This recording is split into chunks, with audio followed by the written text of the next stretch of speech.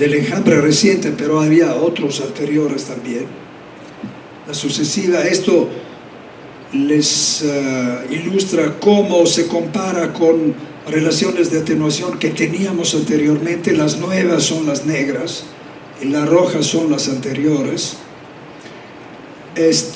Lo que es interesante es que se ha introducido, para tomar en cuenta el efecto de Cuenca, se ha introducido una clase de sitio en la relación de atenuación que se ha llamado C1, porque las formas de onda observadas en el centro de la cuenca tienen estos rasgos característicos que muestra en muchos casos la presencia de las ondas de superficie. La siguiente. Bueno, ahí vamos a la aplicación del método de single side sigma. Entonces, estamos mirando a sitios que están aquí, muy cerca del río Po, que ven aquí.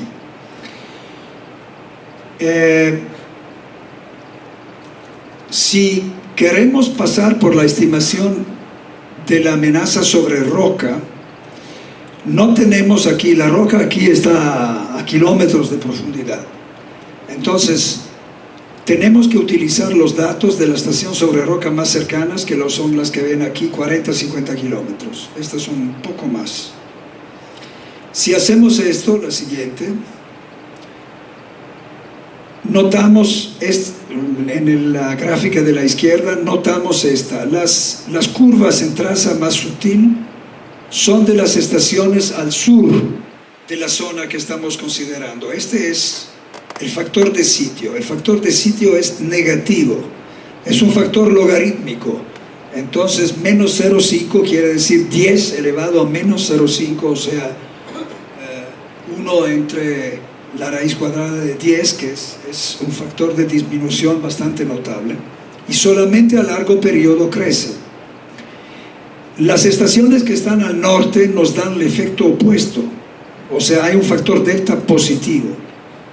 Si consideramos todas las estaciones sobre roca, tienen promedio nulo, 0, como lo esperaríamos. Si tomamos muchos de esos sitios, pues el efecto combinado de todos nos da una corrección de sitio nula.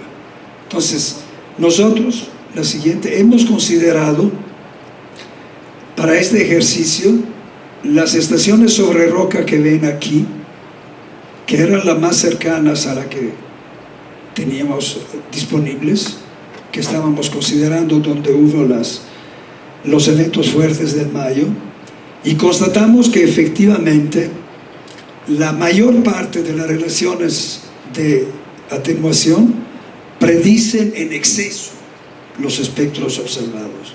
O sea, el movimiento real fue más chico de lo que predecían la relación de atenuación, salvo un caso. La siguiente. La razón es la que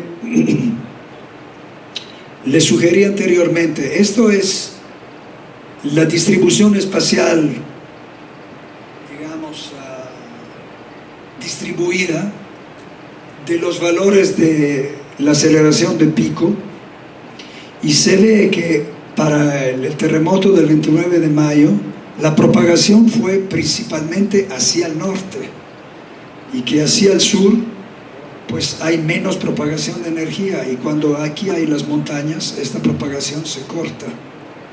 Esta es la razón física para las cuales los factores delta que estamos viendo son negativos aquí, positivos aquí.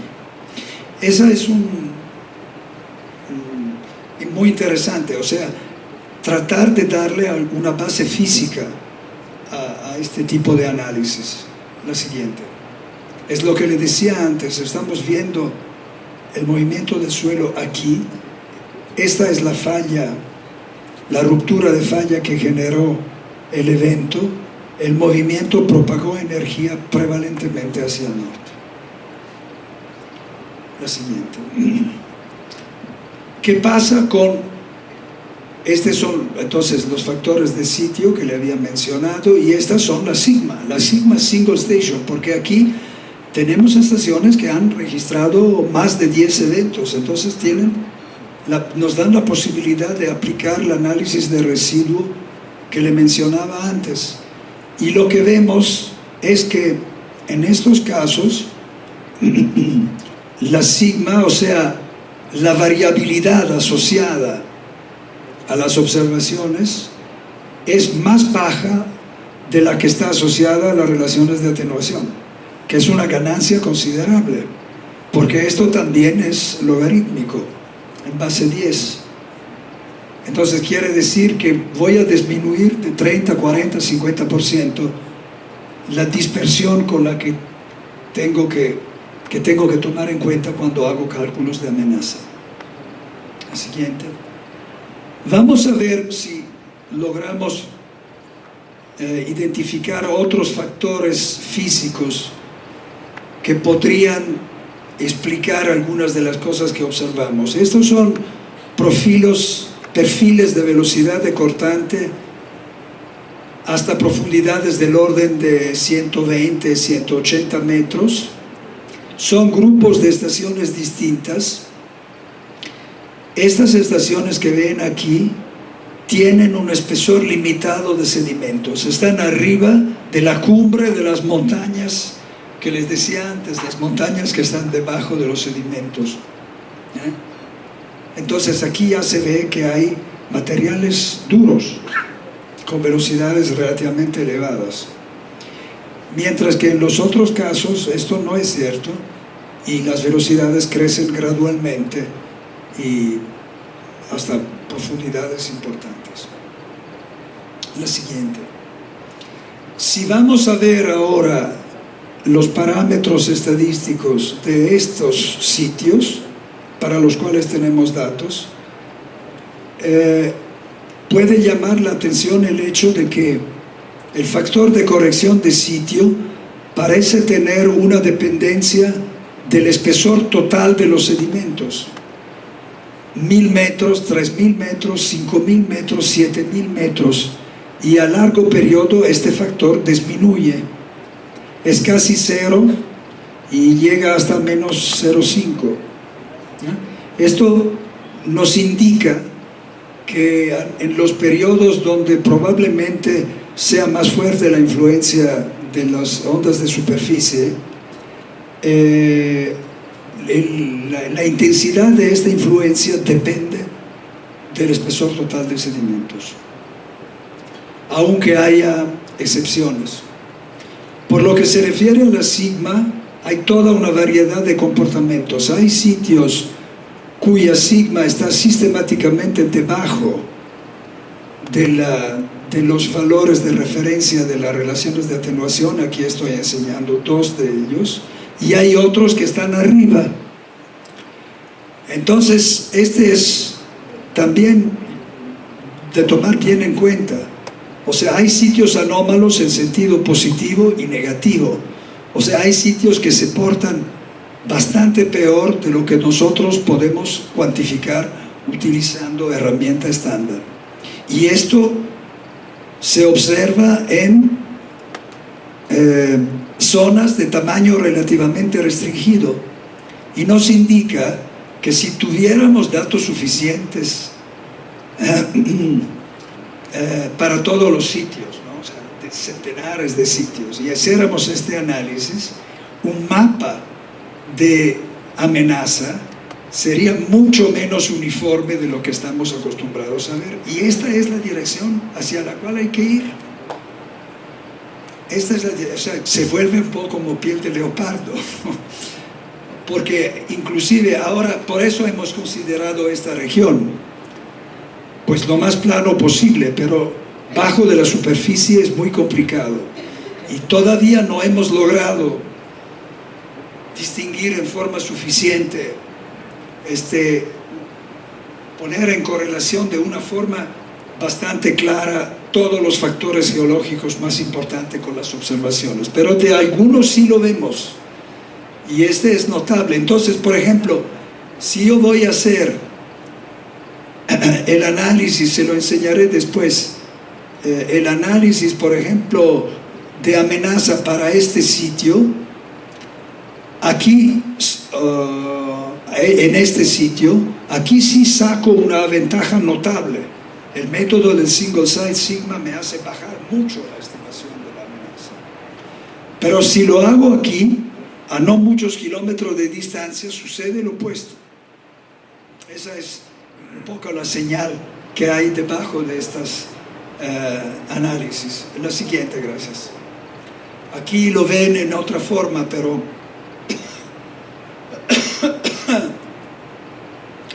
aquí es a lo largo de una sección geológica que ven aquí. Es una sección que tiene un largo del orden de 50, 60 kilómetros y donde el espesor de sedimentos varía mucho.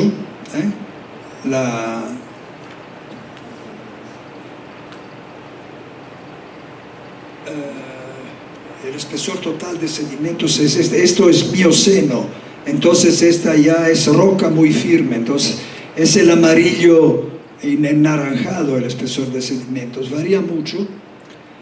Pero vemos que los delta no varían en forma significativa y en la mayor parte de los casos sobre todo no dan lugar a distinciones muy fuertes. Hay que tomar en cuenta una muestra de sitios más amplia para ver lo que le estaba mencionando antes. La siguiente. Esa es otra forma de representarlo. El factor de sitio delta para un periodo estructural dado, 0,2 segundos, y con distintos colores, según si son azules es negativo, si son negros son positivos, y lo que vemos es que si comparamos lo que vemos a 0,2 segundos, la siguiente, con lo que vemos a 2 segundos, se ve que hay diferencias notables, pero no se ve patrones regulares. Hace falta más trabajo sobre esto. La siguiente. Bueno, ¿qué hacemos cuando no tenemos datos? ¿Qué es lo que hay que hacer? Porque esta es lo usual. No vamos a tener, esta es una situación muy privilegiada, ¿no? Acaban de haber los temblores y tenemos cantidad de datos, pero normalmente no contamos con eso. Entonces, algunas sugerencias sí se pueden dar. Le había mencionado antes que de los términos que concurren a la expresión de la sigma single site, hay una parte que depende de la variabilidad intraevento y una parte de la variabilidad interevento. Esta es remarcablemente constante. Entonces, aquí tengo un límite inferior, que es el valor de esta, y no hago mayor error si considero el phi SS igual a 0.2 logaritmo en base 10, logaritmo decimal. Si utilizara yo una relación de atenuación perfecta que le atina a todos los datos, tau sería 0. Entonces es un límite inferior que es bastante bueno. Y puedo empezar de ahí.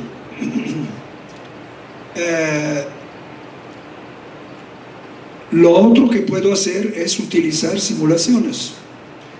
Según el tipo de problema que yo tengo, según el nivel de conocimiento que yo tenga, o analogías con sitios que estén en contexto, digamos, geomorfológico comparable. Por ejemplo, si fuera esto en el Valle de México, donde hay cantidad de datos, pero como se está expandiendo mucho en todas partes, puede hacer muy bien que haya zonas en la parte del lago donde yo no cuente con datos. Entonces sí puedo tomar prestados datos que vienen de sitios con características comparables. Lo que sí es muy interesante es que si hago comparaciones entre regiones de distintas partes del mundo, hay similaridades muy notables. Aquí, estas son gráficas traídas de un trabajo reciente con un postdoctoral chino que trabajó conmigo en Milán, Y los datos que utilizamos fueron todos los registros de la zona de Christchurch, en la isla del sur de Nueva Zelanda, que sufrió terremotos muy fuertes en 2010 y 2011, y los comparamos con lo que Rodríguez Marek y otros sacaron de los datos japoneses de la extraordinaria red KickNet, de la base de datos KickNet. Entonces lo que ven aquí con la R son los datos de Rodríguez Marek y los otros son los nuestros.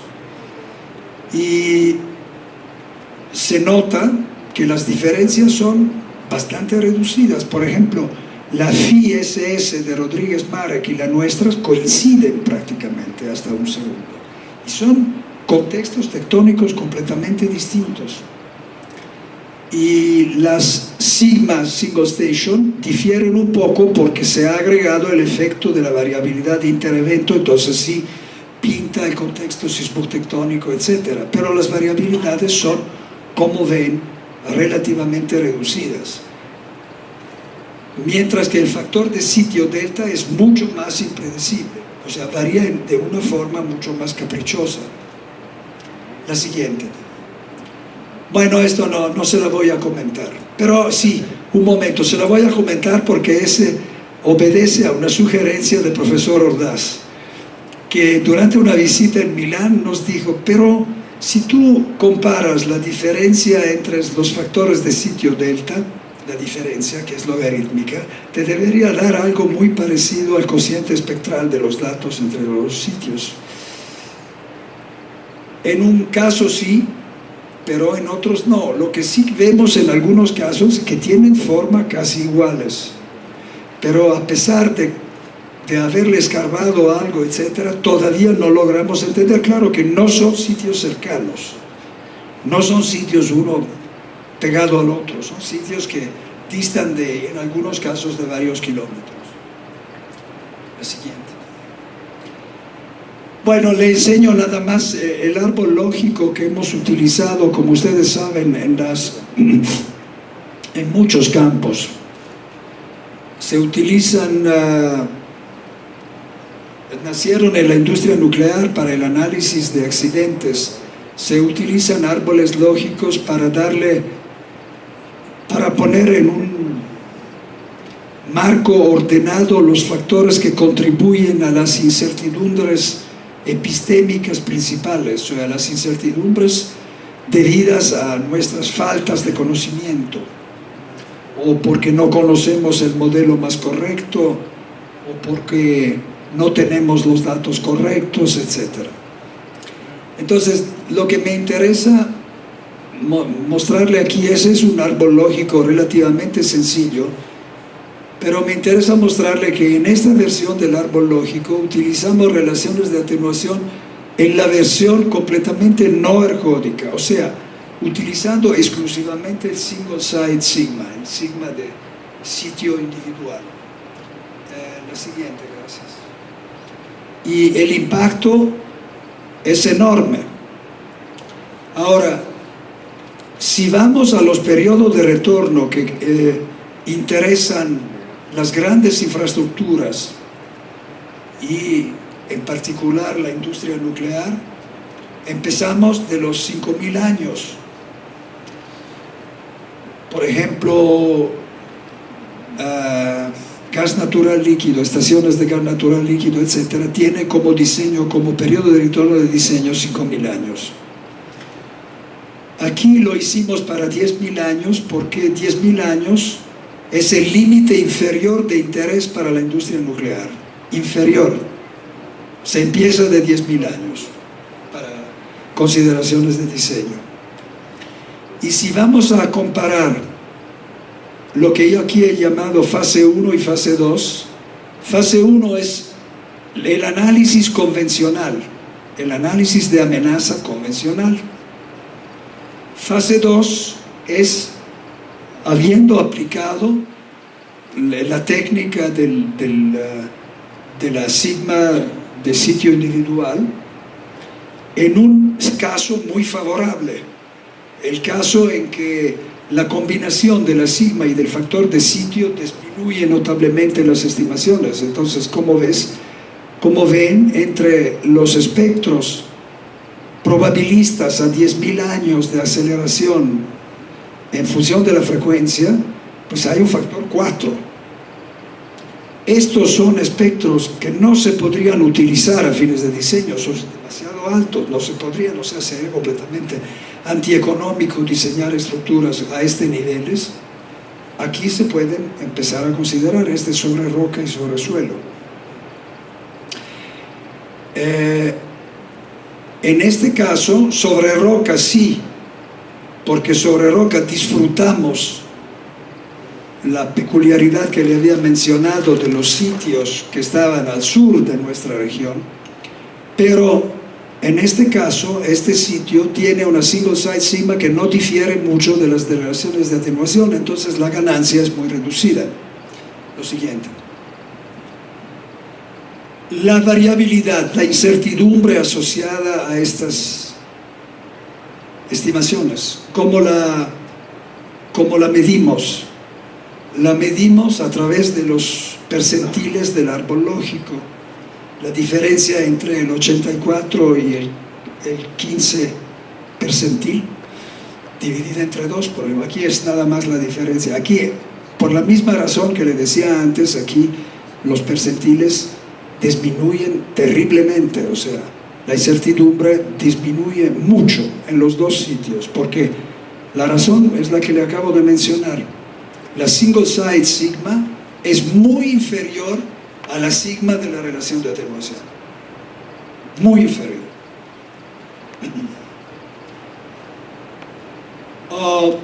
Bueno, las últimas diapositivas, no me falta mucho, las últimas diapositivas le enseño lo que hicimos. Es uno de estos sitios, CAS Casalla. Aquí se enseña el perfil de diseño, la siguiente. Aplicamos el otro procedimiento, hacemos la estimación de amenaza sobre roca, en roca, y luego, como no tenemos registros en roca y simultáneos en roca, en profundidad y en la superficie, utilizamos la herramienta de propagación en una dimensión para calcular la respuesta en superficie. Lo que yo hice recién llegado a México en el año 1971-72. Entonces, bueno, aquí hay varios aspectos que tienen una influencia muy crítica, sobre los cuales no puedo entrar en detalle, pero hay un aspecto muy importante, que es el siguiente. La siguiente, gracias. Yo voy a calcular mi amenaza de roca con un espectro que corresponde a una probabilidad de excedencia dada. Luego tengo que propagar este nivel de amenaza a la superficie. Lo hago a través de acelerogramas, con modelos del perfil del suelo, lineales, no lineales, lineales equivalentes. Puedo utilizar modelos más sofisticados en 2 dimensiones, en 3 dimensiones, etc. Un aspecto muy importante es esto. Cuando he calculado el espectro en roca, ya he tomado en cuenta todas las incertidumbres que vienen a través de las relaciones de atenuación. Entonces tengo que tener cuidado de no aumentar de forma artificiosa las incertidumbres, o sea, que no se cuenten 2 veces. Entonces tengo que seleccionar acelerogramas y el procedimiento más correcto es de ajustarlos al espectro, ajustarlo en forma suave, sin modificar los rasgos en forma importante, de forma que vayan casi a coincidir con el espectro de roca, y luego los propago, porque en esta forma evito de introducir otra vez la variabilidad que he introducido haciendo el análisis de amenaza de roca. Esta es la cosa más importante, la siguiente.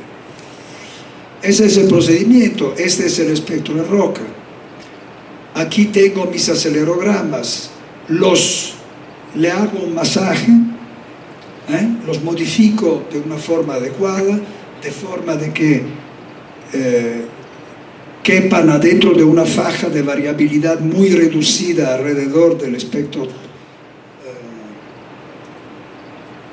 de roca. Luego construyo un modelo del comportamiento del suelo que puede ser no lineal, lineal equivalente, propago mis acelerogramas y calculo los espectros en la superficie, tantos cuantos son los acelerogramas. Esta es la hipótesis que yo conozca bastante bien las propiedades del perfil del suelo, como sería el caso del Valle de México.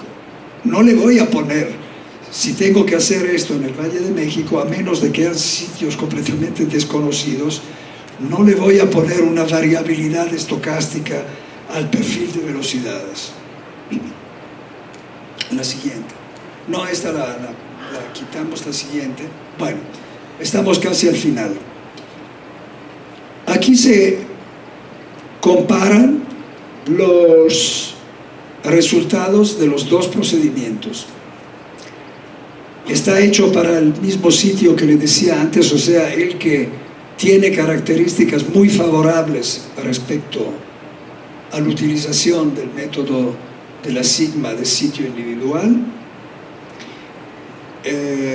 Los espectros de aceleración azules son los que vienen del análisis directo en el sitio, sin pasar a través de la roca. Los espectros rojos son los que pasan por la fase intermedia del espectro de roca, la propagación, etcétera, etcétera. Y con sus fajas de variabilidad. Aquí le doy las expresiones, comentaré nada más una.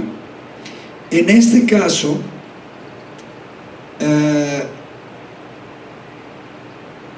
son no ergódicas y en este caso son ergódicas no ergódicas, o sea, combinan ramos del árbol lógico con el single side sigma y con el método convencional. Entonces, la primera cosa que se nota es que los dos métodos dan resultados que no coinciden. No coinciden. El segundo método da estimaciones mucho más bajas. Hay una disminución muy fuerte de componentes en alta frecuencia debidos a la propagación moderadamente no lineal, con algo de no linealidad, pero no muy fuerte. Este es el espectro de roca. Se han adaptado los acelerogramas a este espectro, se ha propagado por el perfil de suelo, etcétera, etcétera. En este caso lo que se nota es que el espectro de roca, como hay la componente convencional de tipo ergódico, es mucho más alto, la variabilidad es más alta en las dos clases de resultados. Pero aquí también, salvo a los periodos más largos, los dos métodos no coinciden. Y hay varias razones distintas de esta no coincidencia. Claro está que si yo estoy en un sitio donde tengo disponibilidad de datos o de un sitio donde puedo con una confianza razonable transferir datos de sitios que se le parecen, pues no voy a pasar por la roca, pues punto, ¿verdad? No voy a pasar por la roca, lo hago directamente en el sitio. Es este caso de aquí. Lo que puedo discutir es si manejo las incertidumbres considerando solamente el caso no ergódico o el caso ergódico, o combinando los dos. Pero la razón es que hay no linealidad, aunque sea moderada, sí la hay. Esta modifica mucho el espectro se propaga en la superficie, pero los resultados, como le digo, son muy distintos. Y habrá que, digamos, construir más casos, más evidencias para poder hacerlo. Por ejemplo, el caso del Valle de México se presta muy bien porque, como se sabe, las respuestas de las capas de arcilla son esencialmente lineales. Se puede excluir la influencia de la no linealidad, y entonces entra dentro solamente las incertidumbres ligadas al método. Claro está que haciendo propagación 1D sencillamente pues te pierdes muchas otras cosas. Es evidente, ¿no? Pero en primera aproximación sí capturamos algunos de los rasgos fundamentales. Pero lo esencial es evitar el double counting, o sea, de contar dos veces la influencia de los mismos factores. Y también hay que tener mucho cuidado a cómo se combinan las incertidumbres en este segundo caso. Hay la incertidumbre asociada al espectro en roca y luego hay la que está asociada a los espectros que se calculan en la superficie.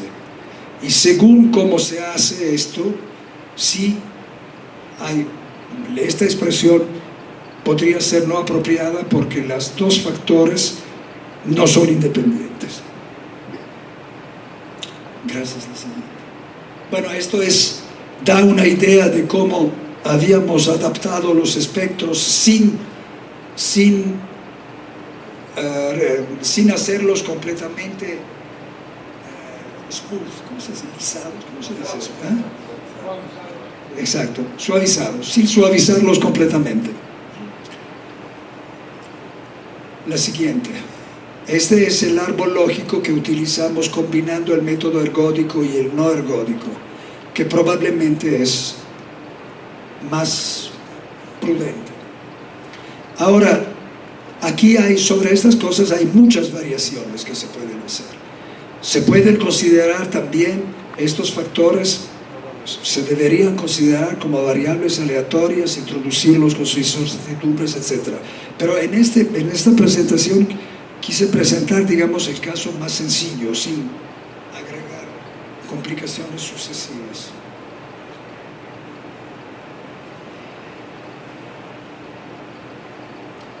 Bueno, esto no se lo voy a presentar. Ya creo que hablé bastante y no. Le siga 3 o 4. Bueno, nada más esta. Esta es una imagen de Google de la zona del pueblo de Mirándola. Bueno, es una pequeña ciudad, no es un pueblo, donde hubo daños a las instalaciones industriales, biomedicales que le enseñé al principio. Y en el evento del 29 de mayo fue registrado para 5 o 6 acelerómetros dentro de distancias muy pequeñas. Noten que el epicentro, que es determinado de forma muy precisa, está muy cerca a una de las estaciones, muy cerca. La ruptura de la falla llegó a algunos centenares de metros del sitio. La siguiente. Aquí ven los espectros de las distintas estaciones para enseñarles que aun cuando aquí es un caso complicado por los efectos de proximidad a la fuente, o sea, no hay solamente la variabilidad de las condiciones geológicas, etc. Hay la proximidad de la fuente. Lo que habíamos tratado de hacer en este caso era de comparar aquí también dos distintos métodos para tomar en cuenta el comportamiento, la contribución de fallas a la amenaza. Un método es el que está en forma estándar adentro del programa Crisis, trata las fuentes tipo falla como zonas como zonas areales extendidas, pero con terremoto característico. Y en este caso simplificamos el terremoto característico haciéndolo poissoniano, con una ocurrencia poissoniana. Y el otro caso es que son las curvas verdes. Hicimos un enfoque muy sofisticado de simulación, subdividiendo estas fuentes compósitas en fuentes individuales, simulando rupturas sobre cada una de ellas, etcétera, etcétera. Y nos da resultados bastante distintos. En este segundo caso, quizás más cercanos.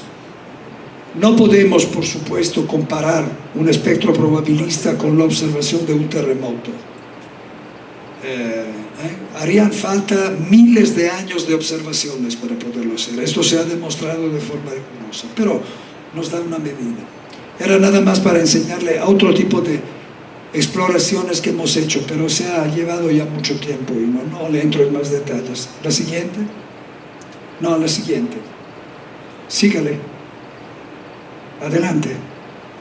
Ok. Atrás. Atrás. Bueno, esto era para indicarles que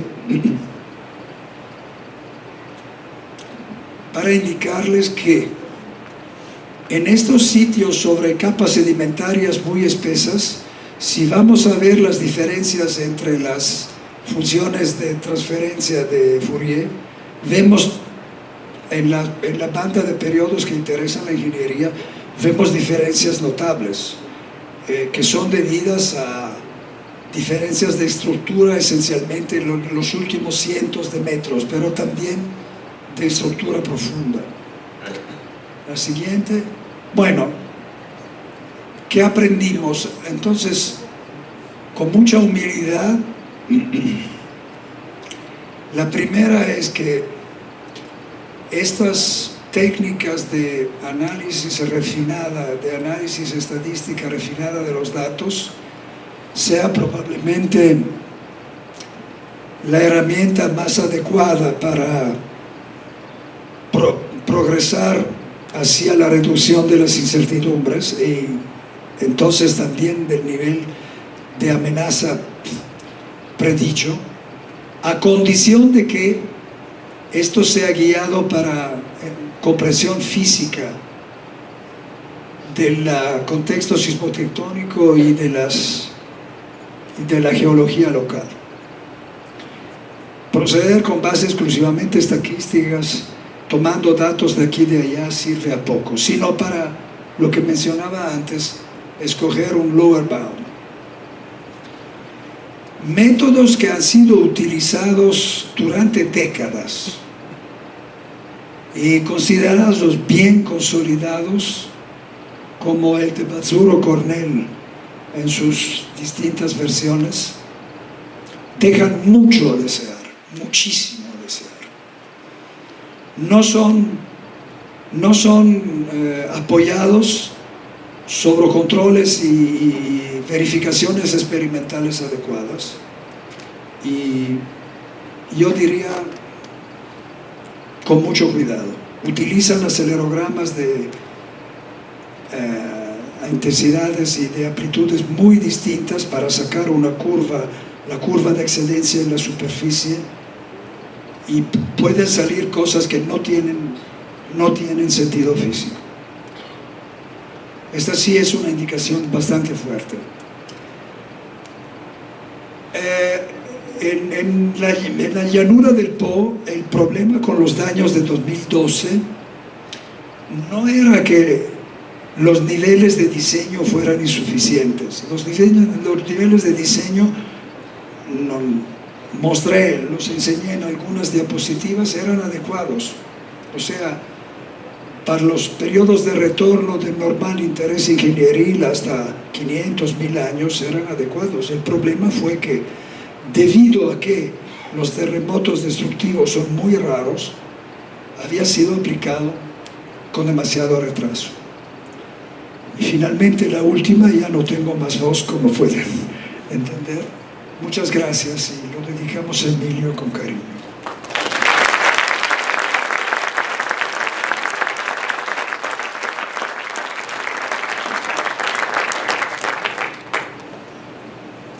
Ezio, muchas gracias. Pido a la audiencia preguntas sobre la presentación del doctor Faccioli. Por favor, ¿se puede identificar para...?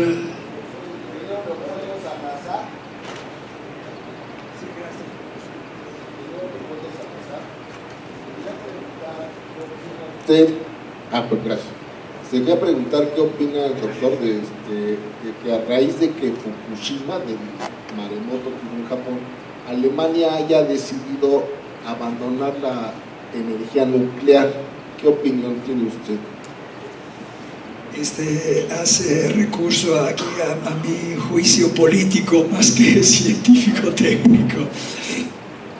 Mi opinión es que, como siempre en estos casos, hay en las declaraciones de los políticos, aunque sea muy avisados como la señora Merkel, pues hay una componente demagógica y que ella tiene que pagar un precio al hecho de que ha prometido en campaña electoral de cerrar progresivamente, pero hay una parte muy importante del mundo industrial alemán que no está de acuerdo, y el hecho de que la fecha que se han dado a 2025, si no me equivoco, de cerrar todas las plantas nucleares en Alemania, yo creo que no la van a poder respetar. Creo que sí tiene sentido reducir, sobre todo poner fuera de ejercicio las plantas que tienen más de 30 o 40 años. Es el mismo problema que tiene Francia. Pero en punto de vista sísmico, digamos, ¿qué opinión tiene usted de que es realmente muy peligroso sísmicamente que haya esas plantas? Bueno, mire, digamos esto, el caso de Italia es muy interesante. Una parte de estos estudios que les he ilustrado, pero no sobre estos sitios, sobre otros, pero con técnicas muy parecidas, se ha llevado a cabo en esta misma región que yo he ilustrado, en los años 2010 y 2011, bajo un programa que miraba a la construcción de 2 o 3 nuevas centrales nucleares en Italia. Y luego en 2011 hubo por la segunda vez un referéndum nacional que canceló completamente el programa nuclear en Italia. Entonces el programa se paró así. De pronto había un joint venture entre Francia e Italia para esto. El año después, en esta misma región, vinieron los terremotos que aquí he ilustrado. Bueno, las centrales no hubieran sido construidas en este lapso de tiempo. Digamos que la experiencia japonesa enseña que mientras que las estructuras principales y todo esto, aquí estamos hablando de terremotos de magnitud 6, Fukushima era magnitud 9, 8.9, 8.8, o sea, estamos hablando de órdenes de magnitud de diferencia. Pero la experiencia japonesa enseña que mientras todas las estructuras principales pues cumplen con sus requisitos de diseño, hay frecuentemente componentes secundarias, inclusive que están afuera del edificio principal del reactor, que pueden tener algunos daños secundarios que impactan mucho la opinión pública. Esto es lo que se puede decir. Gracias. El caso de Fukushima es otro asunto. ¿Alguna otra pregunta? Si quieren, lo sabrá, aquí hay colegas que conocen Japón, que lo frecuentan, pero un sismólogo japonés muy distinguido, el profesor Kojiro Irikura, que ahora está jubilado, me escribía poco tiempo después que todos los sismólogos japoneses tenían que cubrirse la cabeza de ceniza en seña de arrepentimiento, porque estaban seguros que, en base a sus estimaciones, en esa región del margen de subducción no hubiera habido terremotos de magnitud mayor de 7.8 a 8. Esta era la estimación de ellos, de todos. ¿Te acuerdas, Paco? De todos. Y fue solamente después que un estudio geológico mostró que hubo a principios del segundo milenio, por ahí del siglo XI o X o algo por el estilo, había las trazas geológicas de un tsunami comparable a lo que había ocurrido ahora. Esta es. Son los hechos científicos. ¿Alguna otra pregunta, Paco?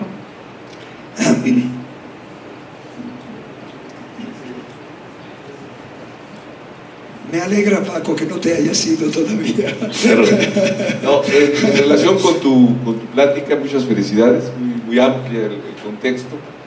Quizás un comentario, porque es a los ingenieros de la práctica, pues este es un estudio para los que hacen códigos, y dijiste que los códigos estaban muy bien, pero que cómo le haces en los códigos y las recomendaciones para tomar en cuenta los eventos, las infrecuentes. Eso es que en Japón están adoptando políticas que en Italia parecerían, pues, serían bienvenidas en todas partes. ¿Qué hacer con los eventos extremos? Pregunta muy canija. Digamos que no, digamos esto. Bueno, para las construcciones ordinarias, como ustedes saben, los códigos consideran periodos de retorno hasta 2500 años. Esto es, digamos, esta es un poco el límite que se considera, ¿no? Cuando se va más allá de esto, las únicas normas son las de plantas de gas natural líquido, que prescriben 5000 años, pero no dan reglas detalladas sobre cómo hacer después el estudio de amenaza para 5000 años. Te dicen que lo puedes hacer de forma probabilista o determinista, puedes hacer las dos cosas, ¿no? Yo no creo que esto se va a poder hacer a través de códigos. Lo que sí se va a poder hacer, y que por ejemplo en Italia también se está tratando de hacer, es crear referencias con escenarios que no son codificables, pero esto sí se puede hacer. Es lo único que veo razonable, digamos, porque si no, hay mucho más, hay pecados mucho más gordos que sanear antes de ir a esto. O sea, hay imperfecciones, defectos mucho más brutales antes de ir a esto. ¿Alguna otra pregunta? Bueno, no habiendo más preguntas, ¿Más voz? reitero mi placer el haber tenido la presencia del doctor Faccioli, gran amigo de México, gran humanista, gran pianista, ¿sí? Gran ingeniero, gran investigador. A nombre de la Sociedad Mexicana de Ingeniería Sísmica, de la Universidad Autónoma Metropolitana en su sede Azcapotzalco y del Instituto de Ingeniería de la UNAM, presento un diploma de reconocimiento al doctor Ezio Faccioli por su brillante presentación y por el esfuerzo que pudo dedicarle y la energía dada a preparar esta ponencia, que ciertamente nos llena de la mente de retos en los cuales debemos de pensar. Y pues sin más por el momento, le quisiera extender este diploma.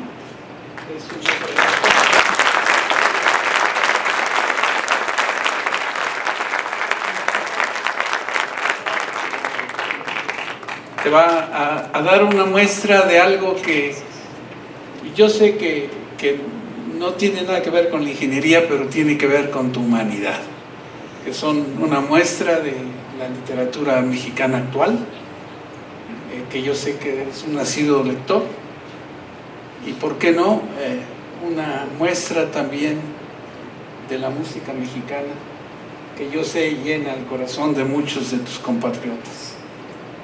Muchas gracias, Ezio.